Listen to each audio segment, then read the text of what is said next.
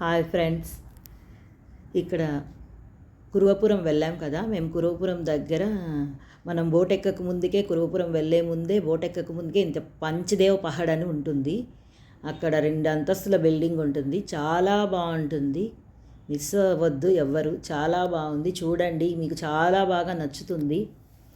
ఇక్కడంతా గురువుల పరంపర ఉంటుంది. అన్ని ఫొటోస్ రూపంగా ఇక్కడ ఈ రూమ్లో ఫొటోస్ రూపంగా ఉంటుంది. అన్ని గురువుల పరంపర అంతా ఫొటోస్ రూపంగా కనిపిస్తుంది.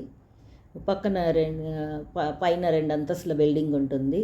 అక్కడ చాలా బాగుంది. అనగాదేవి ఒక ఫ్లోర్లో ఉంది గుడి, ఇంకొక ఫ్లోర్ వచ్చేసి దత్తాత్రేయ స్వామి. చాలా బాగుంది గుడి, చూడండి. మీరు పంచదేవ పహాడ్ అనేది గుర్తుపెట్టుకోండి. పక్కనే కొంచెం ముందుకు విఠల్ బాబా గుడి కూడా ఉంది. పాండురంగని గుడి ఉందన్నమాట. అక్కడ పాండురంగ స్వామి ఉన్నాడు, భక్త తుకారాం గారు కూడా ఉన్నారు. మనం ఎక్కడా చూసినాం భక్త తుకారాం, చాలా చిన్నగా, అసలు అట్లా విగ్రహం చూస్తే చాలా బాగా అనిపించింది. అసలు ముద్దుగా ఉంది విగ్రహం, అసలు చిన్నగా ఉంది, బాలే చిన్నగా ఉంది ఫ్రెండ్స్. మీరు చూడండి ఖచ్చితంగా. ఇక్కడ కనపడుతుంది చూడండి దర్బారు. శ్రీపాద వల్లభ స్వామి రోజు దర్బార్ నడిపేవారంట. ఆ దర్బార్లో రోజు స్వామి ఇక్కడ కూర్చొని ప్రజల సమస్యలు వినడము, వాళ్ళకి పరిష్కారాలు చెప్పడము చేసేవాడని నేను కూడా ఎవరో చెప్తే విన్నాను ఫ్రెండ్స్. కాబట్టి చాలా బాగుంది. ఇది గుడి బయటి భాగం అన్నమాట. చూడండి, చాలా బాగుంది గుడి. అసలు చూడండి, దశావతారాలు ఉందన్నమాట.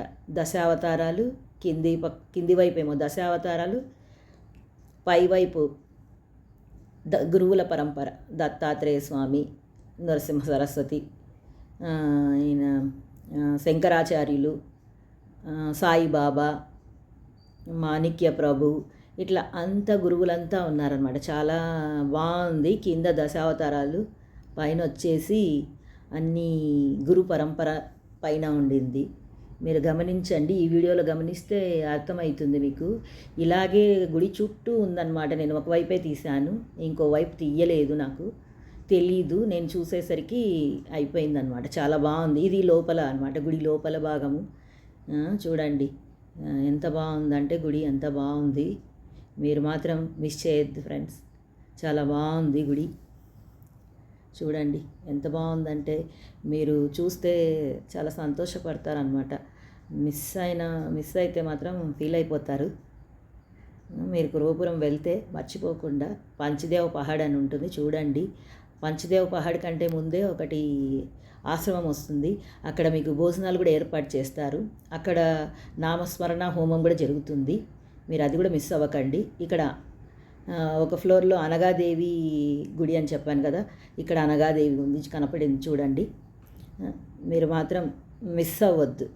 ఇక్కడ చూడండి స్వామివారి చరిత్ర ఒక ఫ్లోర్లో. చాలా బాగుంది. నాకు వీడియో తీయడం వీలవ్వలేదు, అందుకే ఫొటోస్ తీసి పెట్టాను.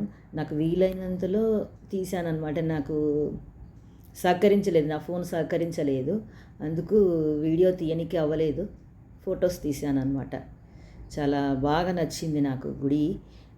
మీరు కూడా చూస్తే చాలా సంతోషంగా ఫీల్ అయిపోతారు. పంచదేవ పహాడ్ అనేది గుర్తుపెట్టుకోండి. చూడండి, మీరు నదికి వెళ్ళక ముందుకే చూడండి, చాలా బాగుంది. ఇక్కడే విఠల్ బాబా గుడి అని చెప్పాను కదా, ఇది కాలభైరవుని గుడి. కాలభైరవుని గుడి దర్శనం చేసుకోండి, కాలభైరవుడు అక్కడ. ఇక్కడ విఠల్ బాబా గుడి అని చెప్పాను కదా, ఇక్కడ పాండురంగ స్వామి. తర్వాత వచ్చేసి భక్త తుకారాం గారు. ఎంత బాగుంది చూడండి, భక్త తుకారాం గారు ఎక్కడా చూసిందా మనం. చాలా బాగుంది. హాయ్ ఫ్రెండ్స్, లైక్ చేయండి, షేర్ చేయండి, సబ్స్క్రైబ్ చేయండి.